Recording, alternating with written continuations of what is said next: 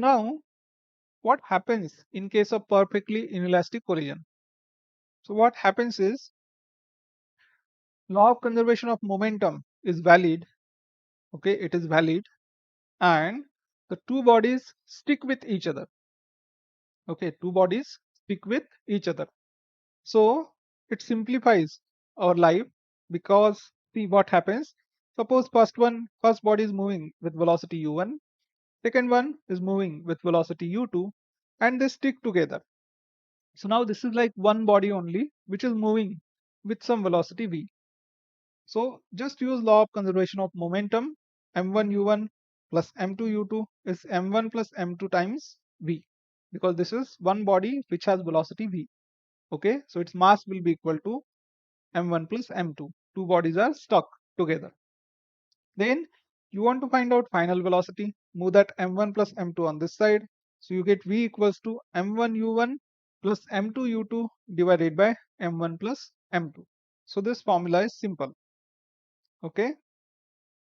Then next thing that we have to remember is how much of energy is lost. How much of energy is lost in case of perfectly inelastic collision. So kinetic energy lost we can find out using this formula, that total kinetic energy before collision minus total kinetic energy after collision, and we do some calculation, lot of calculation actually, and we get delta kinetic energy. The loss in kinetic energy is half of, okay, it's half of m1 m2 upon m1 plus m2, m1 m2 upon m1 plus m2 multiplied by u1 minus u2 square. Okay, so this formula is simple. Okay, half of m1 m2 upon m1 minus m2 multiplied by u1 minus u2 square. Okay, so we just have to remember these two things, and coefficient of restitution becomes 0 actually. Okay, then comes the inelastic collision. So in case of inelastic collision, there are few formulae, but there won't be a question based upon this, and even if there is a question, will not use. Okay, these formulae are difficult to memorize. I don't know whether what is your memory power. At least I don't remember this formulae. Okay, so it's your choice. I will not suggest to remember this formulae because you can solve these questions using coefficient of restitution only. Okay, most of the questions. So see, my point is, even if there is a question, first of all, there will be very less questions based upon an inelastic collision. Even if there is a question, you can solve it using coefficient of restitution. You can solve it using direct formula also. Okay, but this direct formula is lengthy one. Okay, so my point is it will take same amount of time if you solve it directly, okay, using coefficient of restitution, or even if you use the formula, because formula itself is lengthy. Okay, and loss in kinetic energy in inelastic collision, this is simple to remember. So you have loss in kinetic energy formula. Okay, half of m1 m2 upon m1 plus m2 multiplied by u1 minus u2 square. You just have to multiply that with 1 minus e square. Okay, with 1 minus e square. So you have one formula. Just multiply that with 1 minus e square. Is this thing clear?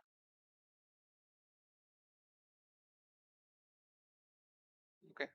So the points that I have made, are they clear? You have to remember elastic collision. Okay, there will be lot of questions. There have been lot of questions and there will be questions. Second thing, you have to remember perfectly inelastic collision. Why? Because it's simple and there can be questions. Okay, two bodies stick together, velocity is simple, and loss in kinetic energy is also simple, and coefficient of restitution is 0. In case of an inelastic collision, so there haven't been lot of problem. There can be a problem. Okay, so we are not ruling out the possibility, but the problem can be solved using a smart way instead of doing this thing. Okay, and This formula you can remember because you already know this thing for perfectly inelastic collision. What changes in that one in this one is, in this one you just have to multiply with this factor 1 minus e square. Okay, so you can remember this formula. Okay, all right. So now let's see question based upon this. All right, let us see this question. Two spheres A and B of masses m1 and m2 respectively collide. A is at rest initially and B is moving with velocity v along x-axis. After collision, B has velocity v by 2 in direction perpendicular to original direction.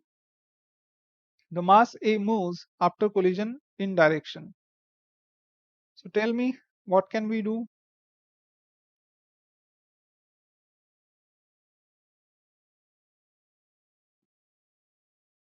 Get two spheres A and B of masses m1 and m2 respectively collide. A is at rest. Okay, A is at rest. B collides with it and B is moving along x-axis with velocity v. Okay, mass of this one is m1, mass of this one is m2. After collision, B has velocity v by 2 in direction perpendicular to original direction. So this B moves like this, let's suppose upwards, and its velocity is v by 2. Okay, mass A moves after collision in direction. In what direction will it move? So see, initially the total momentum was in this direction. Now this one is moving in this direction. Okay, so A will move in some direction. So this is A, suppose it will move in such a way that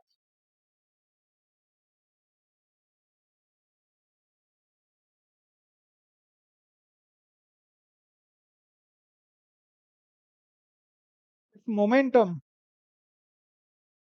total momentum in x and y direction is conserved, I can say. Yes, no. Okay. So what is total initial momentum? Total initial momentum is equal to m2 times v into it's in x direction. So I will say I cap. So this will be equal to total final momentum. So total final momentum, mass of this one is m2. So it is m2 multiplied by v by 2 into j cap. Okay, plus you will have, okay, plus uh, the final momentum of this second body. So it will be, okay, p, sorry, that is first body. Okay, let's call it first body, plus p1 bar. Okay, you can say p1 final. Okay, p1 bar. Let's move this thing on this side. What do we get? So we get that p1 bar is equal to m2v into I cap, okay, minus m2 v by 2 into j cap. Okay, so that means its velocity will be in what direction? So it has got some mass, it has got some velocity. Okay, so its velocity component along j direction in this direction will be half. Okay, so its momentum in this direction, see, its momentum in this direction, y direction, is half compared to that of momentum in x direction. So momentum is mass times velocity. That means in velocity in y direction will be half of velocity in x direction. Okay, so I can see, I can call this as p2x, sorry, p1x plus p2x. So this is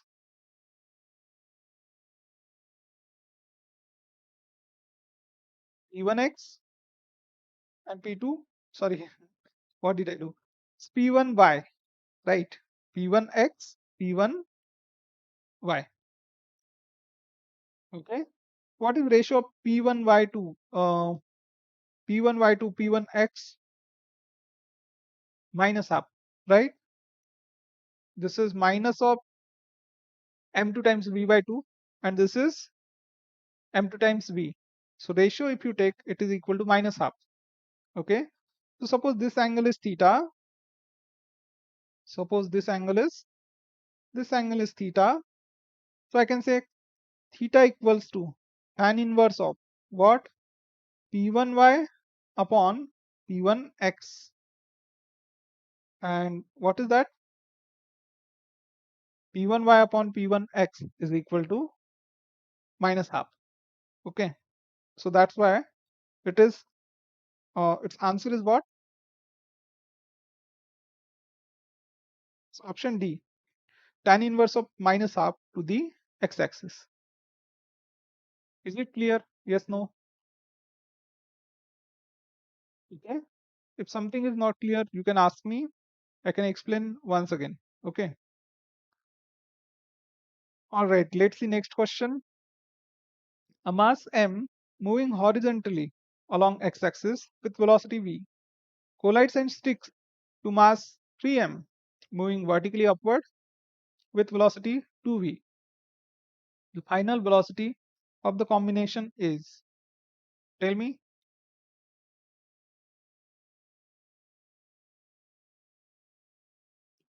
Mass m moving horizontally along x-axis sticks with mass 3m moving vertically upward. Okay, what will be the final velocity? This is simple. Total initial momentum equals to total final momentum. Okay, so total initial momentum, let's call it P initial equals to P final. Okay, so now these two bodies collide. So you will have body of mass 4m, and this one was moving like this is moving like this. So it will move in some direction like this. Okay, so what is total initial momentum? It is m into v multiplied by I cap. This is moving in x direction. What is momentum of this one? So plus you have 3m into how much is velocity? 2v. 3m into 2v multiplied by j cap. Okay, so this is equal to P final, right? So its mass, we want to find out velocity, no? Its mass is 4m multiplied by some Vx plus Vy bar. Okay, so we can just divide by this.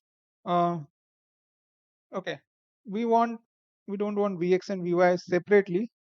4m multiplied by some velocity V bar. Okay, so take 4m on this side, or let's cancel out m. Okay, so this will be, if I take 4 on this side, V by 4, and this is 6 by 4, that's 3 by 2. So the answer is V bar is equal to V by 4 into I cap plus 6 by 4, that's 3 by 2 times J cap. Okay, it's option B. This is clear. All right. So let us solve the remaining problems based upon collision. So let's see this problem. A metal ball of mass 2 kg moving with speed of 36 kilometers per hour has a head-on collision with a stationary ball of mass 3 kg. If after collision both the balls move as a single mass, then loss in kinetic energy due to collision is, tell me, what can we do?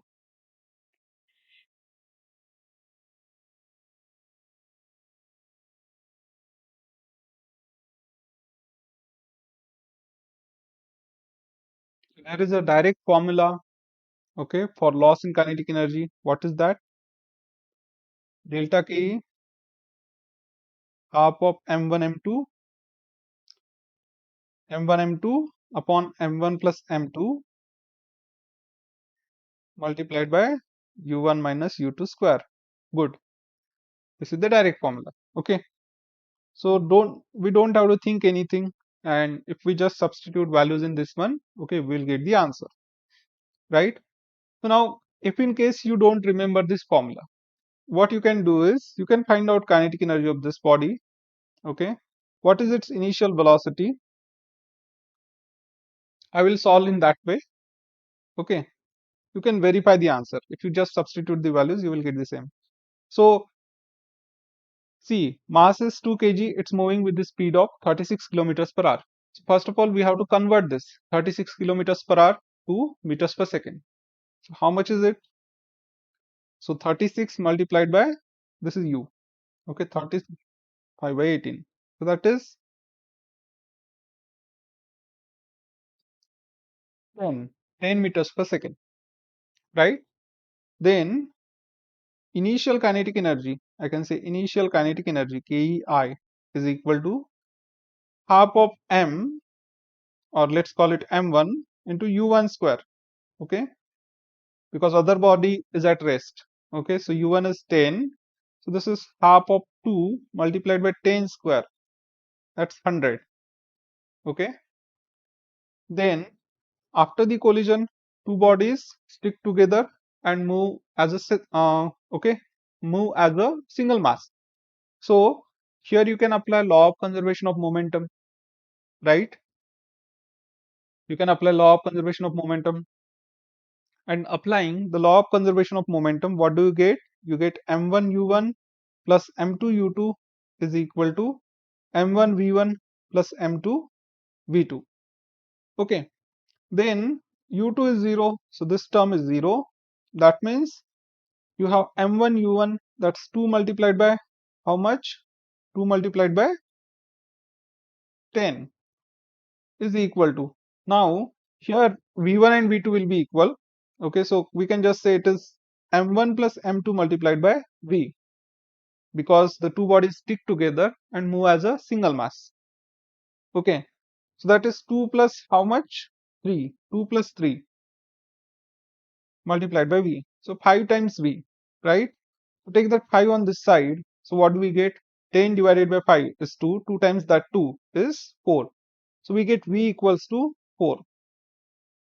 Okay, so v equals to 4 meters per second, and therefore final kinetic energy Ke final is equal to how much? It is half of m into v square, that is half of, what is m? It is 5 multiplied by v square, v is 4 square. Okay, so that is how much? 16 divided by 2 is 8 times 5 is 40. So initial is 100, final is 40, that means loss is how much? 100 minus 40. Okay, delta Ke is equal to 100 minus 40, and that is equal to how much? 60. 60 joules is the answer. Okay, option D. Got it? Yes, no? Okay, so now this thing will take some time, right? And we have this formula, direct formula. If we remember this, see, if we remember this, it will be very fast. Okay, so we have half of m1 m2 upon m1 plus m2. So it is half of m1 m2, m1 is 2, m2 is 3, divided by m1 plus m2 is 5, multiplied by u1 minus u2 square. So u2 is 0. How much is u1? u1 is 10. Okay, 10 square. So 10 square is 100. Okay, so this is 6. 6 by 2 is 3, right? And you have 100, 10 square is 100. 100 divided by 5 is 20. 20 multiplied by 3, 60. Okay, right? You don't require even, you don't need in even 40 seconds, I can say. Okay, if you use direct formula. So that's why remembering formulae is important. This is clear? Okay. Let's see next one. A moving body of mass m and velocity 3 kilometers per hour collides with a body at rest of mass 2m and sticks to it. Now the combined mass starts to move. What will be the combined velocity? Tell me, what can we do?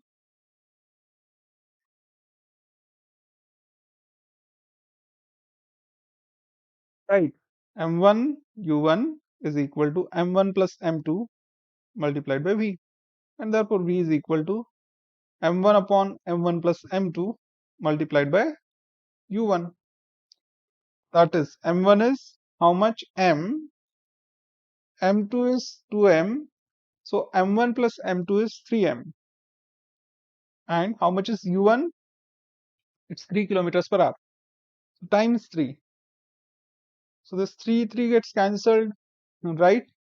Gets cancelled, so answer is 1 kilometer per hour. So option C. Okay, this is simple. Let's see next one. A body of mass 5 multiplied by 10 raised to 3 kg moves with speed of 2 meters per second, collides with a body of mass 15 multiplied by 10 raised to 3 kg inelastically and sticks to it. Then loss in kinetic energy of the system will be. So once again,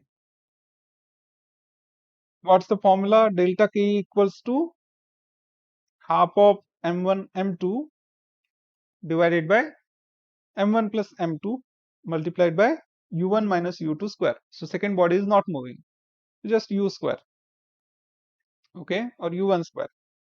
So half of mass is 5 times 10 raised to 3, second one is 15 times 10 raised to 3, and in denominator we have 5 plus 15, that is 20 multiplied by 10 raised to 3, and u is 2, so 2 square, okay. So that is 15 times 5. How much is 15 times 5? 75, right? So 75 and this 10 raised to 3, 10 raised to 3 will get cancelled out. So you have 75 times 10 raised to 3, and you have this 2 square, which is 4, and in denominator you have 20 times 2, that's 40.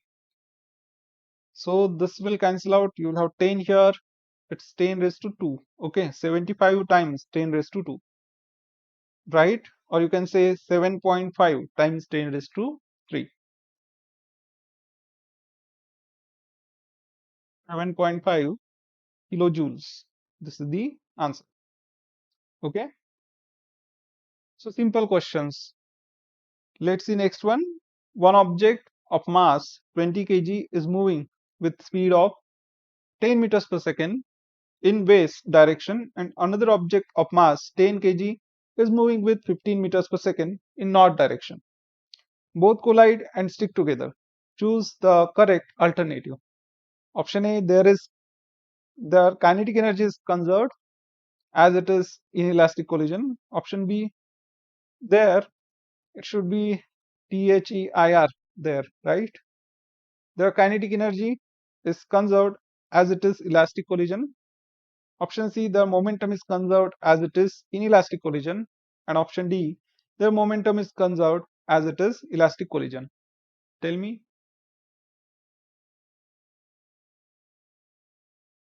which one is correct?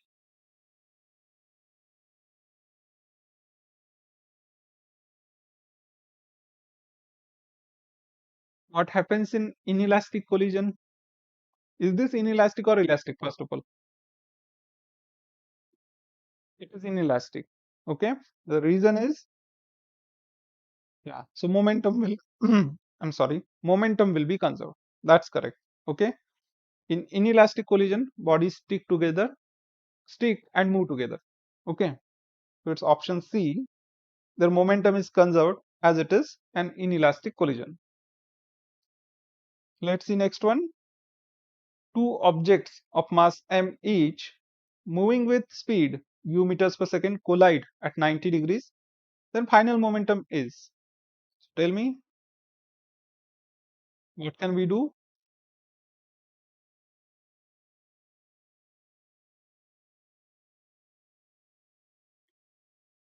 This is simple. You have two objects, their masses are m and m. Okay, they are moving at 90 degrees. So let's suppose first one is moving like this, second one is moving like this. Okay, so this is its momentum is m multiplied by u because speed is u times I cap. I can say this is momentum of first body.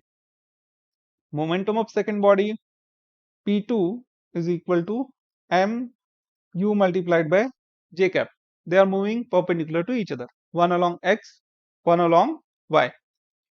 Now when they collide, so they collide at this point and move together. So they will move like this. Let's suppose. So p is the final momentum. It will be equal to p1 plus p2. Right? Total momentum before the collision is equal to total momentum after the collision. Okay. So that is mu times I cap plus mu times j cap. Okay. And therefore, this is the total momentum. You want its magnitude. So it is just square root of x component square plus y component square. So p is just equal to square root of mu square plus mu square. Okay. So it is 2 times of mu square. You can take mu outside. So it is square root of 2 times mu. That's the momentum. Option C. Yes, no.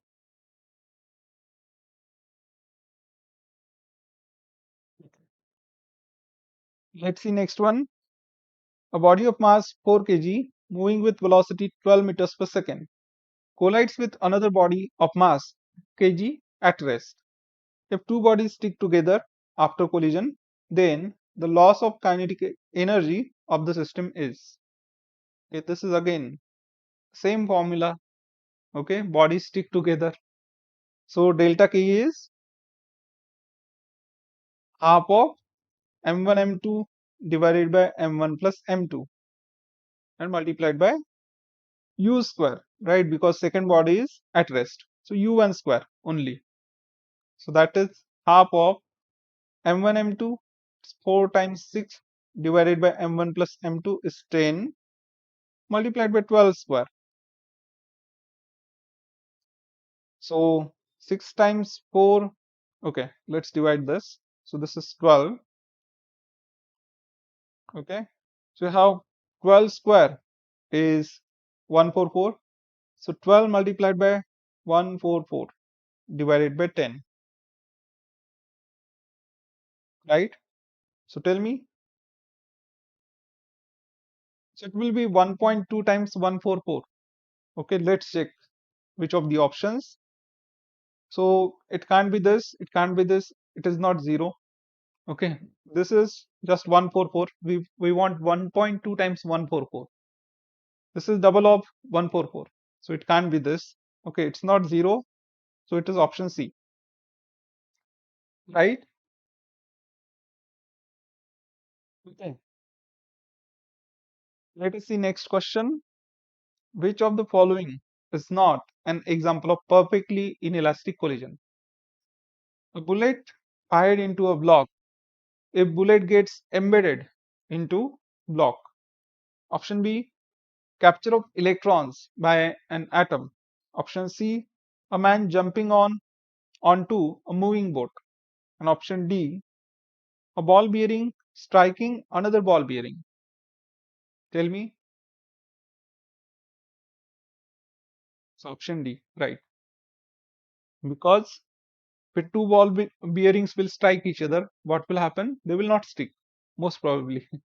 Okay. In case of perfectly inelastic collision, bodies stick together. in all other three options, the bodies move together, right? So that's why it is option D. Good. Let's see next one. A moving body of mass m and velocity 3 kilometers per hour collides with a body at rest and of mass 2m and then sticks to it. Now combined mass starts to move, then combined velocity will be. Okay, so this is again a simple question. Okay, so we have two bodies. So m1 into u1, and second one is at rest. Okay, so it is equal to m1 plus m2 multiplied by v, or we can just say v is equal to m1 u1 divided by m1 plus m2. So m1 upon m1 plus m2 multiplied by u1.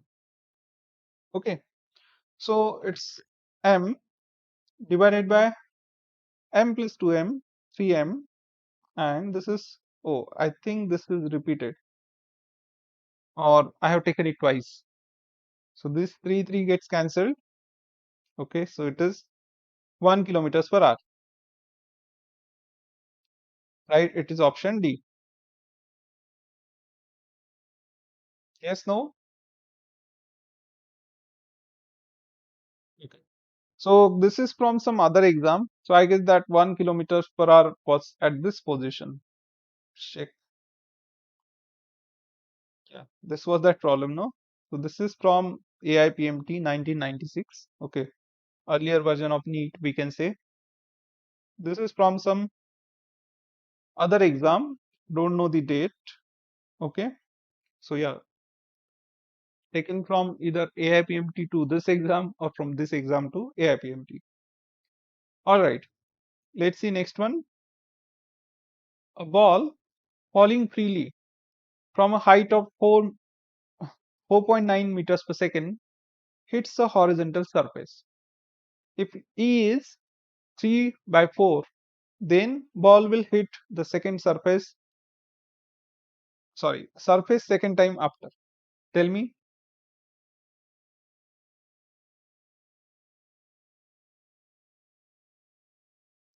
Ball falling freely from a height of 4.9 meters per second hits a horizontal surface.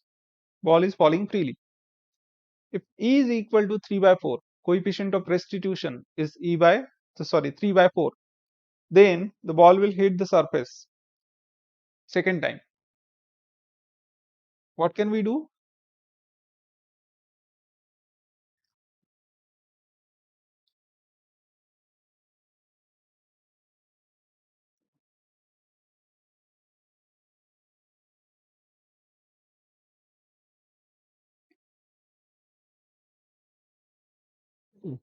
Let's see.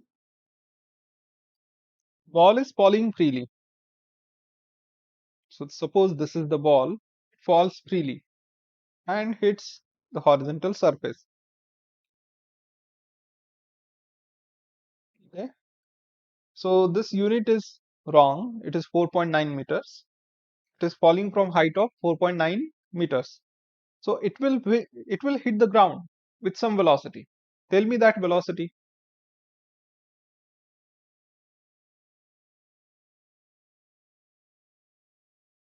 It will hit the ground from this height with some velocity. Let's call it v1.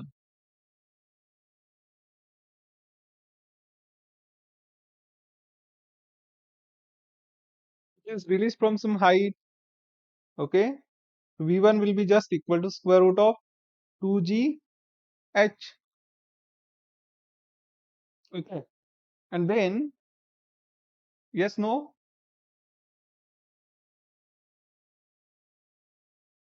Okay. So it hits the ground with this velocity square root of 2g h, or let's say h1. Okay, this height is h1, and then it rebounds. It rebounds with some velocity. Let's call it v2. Okay, let's call it v2. So it will reach to some height. Okay. So of course the ball will not change. Ball is okay. This is the ball. So it reaches some height, let's call it h2. Okay, and then after that what happens, it hits the ground again for the second time. So now it has hit the ground with velocity v1, it rebounds, it goes to this height and it comes back. Okay, then it hits the ground again. So now we want to find out the time from this first collision till the second collision with the ground. Okay, that okay. So it will go to height h2 and again it will come back to the ground. So it will cover distance equal to 2 times h2. So we can find out this h2. So we have coefficient of restitution e. So that is velocity of separation. What is velocity of separation? It is just v2 because ground is not moving, divided by velocity of approach. So that is v1. Okay, and it's equal to 3 by 4. So it is square root of 2g h2 upon 2g h1 is equal to 3 by 4. This 2g will get cancelled out. You can take square of this.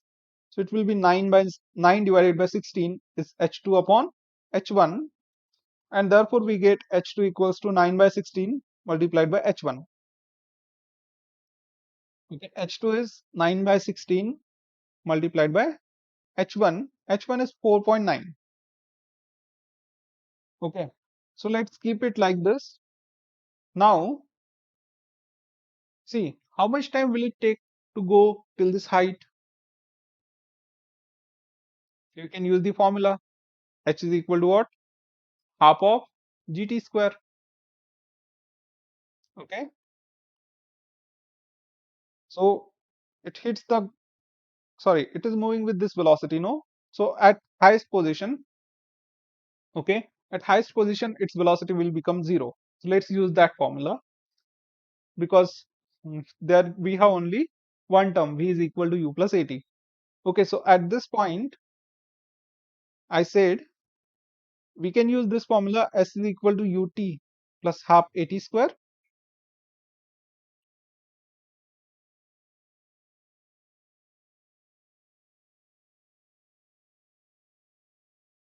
Yeah, but that is the height, it's not meter per second, it cannot be meter per second. Okay, so when I read I said that this unit is wrong. Okay, it's meters, 4.9 meters, it is height, right?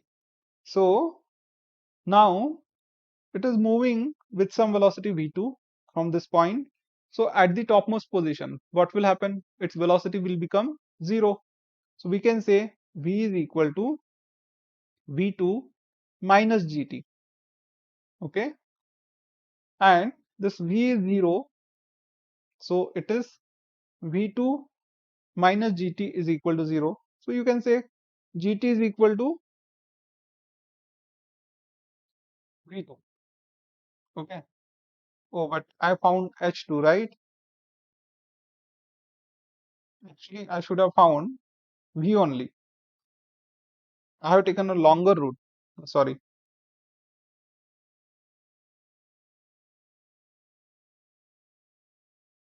We can solve this way also. It here we'll have to solve for the square because h2 will be equal to, still we'll need v2. Oh sorry, I have taken a longer route. Okay, let me explain this once again. Sorry for this. Okay, so we have E equals to v2 upon v1, that is equal to 3 by 4, right? E is equal to v2 upon v1, that's equal to 3 by 4. And then we have v1 equals to this thing, square root of 2gh1. Okay, so from that we can find out v2. So v2 will be equal to 3 by 4 multiplied by square root of 2gh1. So that is 3 by 4 multiplied by square root of 2 times h1 is how much, 4.9, and g is 2 times 4.9, we can say it's 9.8. Okay, so it's 2 times 2 multiplied by 4.9 into 4.9. Why I'm doing this is I want square root of this thing. So g I have written as 2 times 4.9. Okay, This is 4.9 square multiplied by 2 square, right? So you can say it is 3 by 4 multiplied by 4.9 into 2 or 9.8. So this is V2. Okay, this is V2 meters per second. And then it moves to height h2 and stops, we can say. It moves with this velocity, it goes to the height h2 and stops. So for that it will take some time t, okay? So its final velocity at h2 is v, suppose v is equal to 0 at this height. So v is equal to, we can say v2 minus gt, and v is 0, that's why v2 is equal to gt, or gt is equal to v2, and therefore t is equal to what? V2 divided by g. Or let's substitute, g is 9.8 multiplied by t, and v2 is how much? It is 3 by 4 multiplied by 9.8. Okay, this 9.8, 9.8 will get cancelled. So t is equal to 3 by 4. How much is 3 by 4? It is 0.75 seconds, right? So what will be the answer?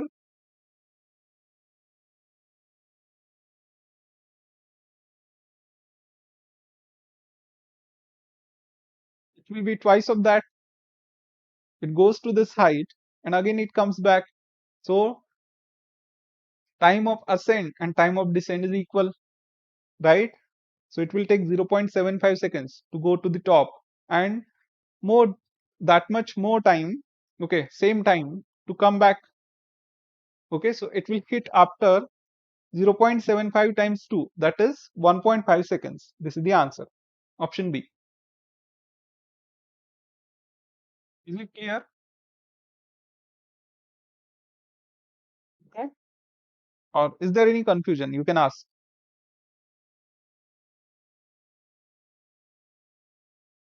Okay, good.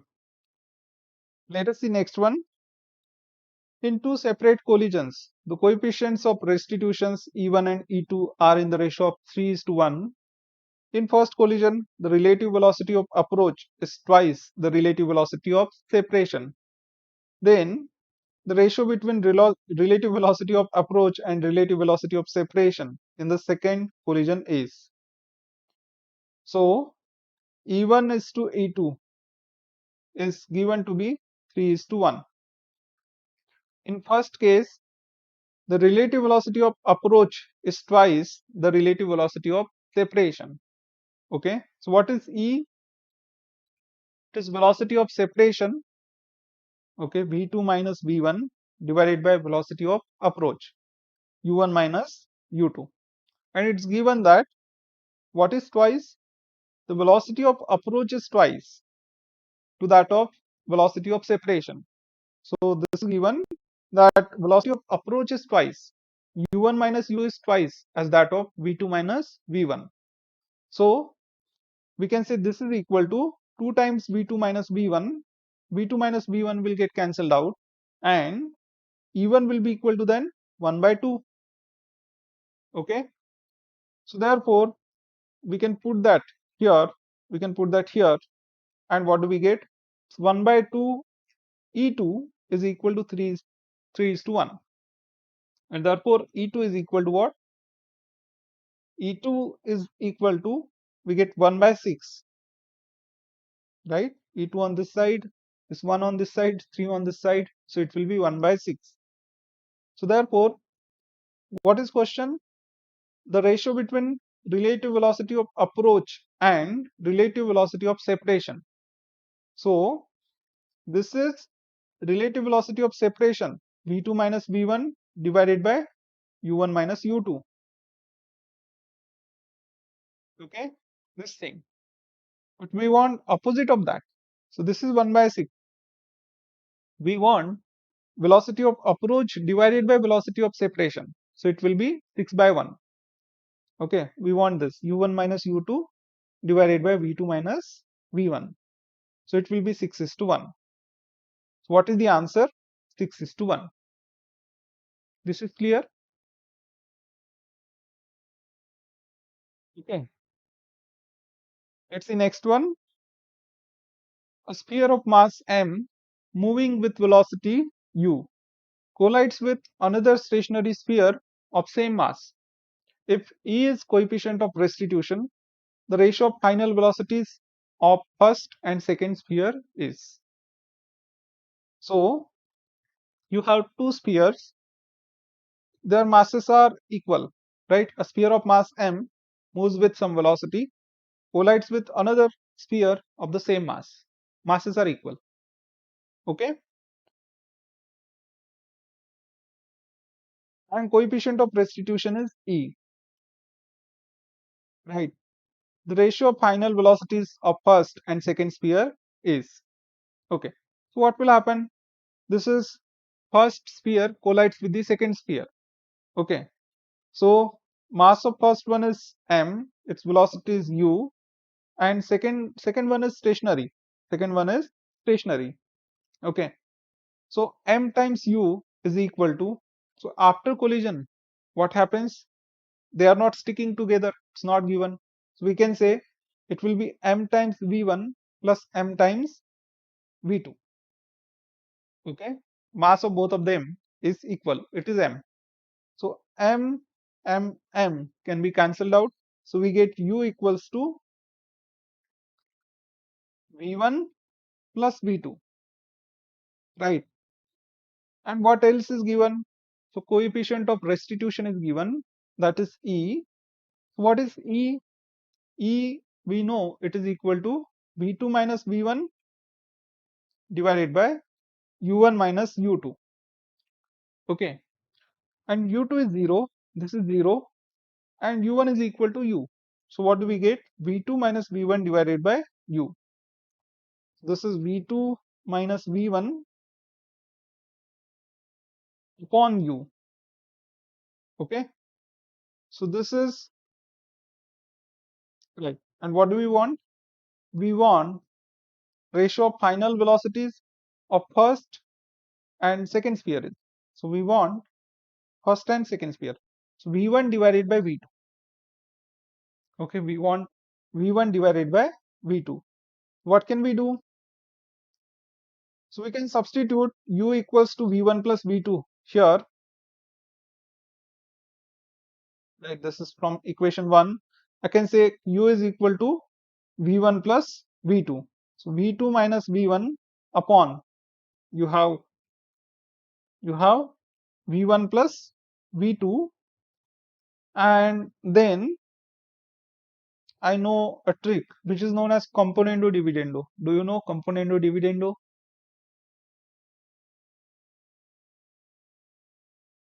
Okay, so what is componendo dividendo? Suppose you have two ratios. Okay, you have two ratios like this, a by b is equal to c by d. Then if you do a plus b divided by a minus b, that will be equal to c plus d divided by c minus d. Okay, so what I'm going to do now is I'm going to add numerator and denominator. Okay, so see, we have E equals to v2 minus v1 divided by v1 plus v2. So I'm going to add numerator and denominator. So denominator of this one is just 1. So I will say E plus 1 upon E minus 1, okay, is equal to. So what do we get? If we do that, we get, so this will be v2 minus v1 plus v1 plus v2,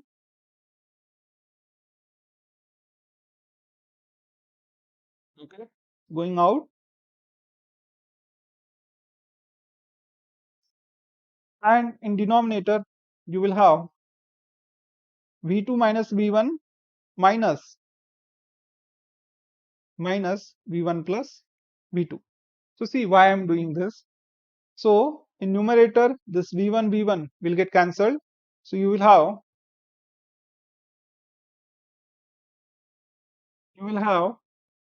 what, 2v2, and in denominator what will you have? This v2 and minus v2 will get cancelled. So you will have minus 2v1. Okay, and what do we want? We want V1 divided by V2, right? We want V1 divided by V2. So this 2 will get cancelled out. Okay. Now I can take negative sign common from the denominator. So, or I can move this negative sign on other side. So it will be minus of E minus 1. Okay. That is 1 minus E, you can say. And then take reciprocal of this. Okay. So you get V1 upon V2 is equal to 1 minus E divided by E plus 1, or 1 plus E, you can say. So it is option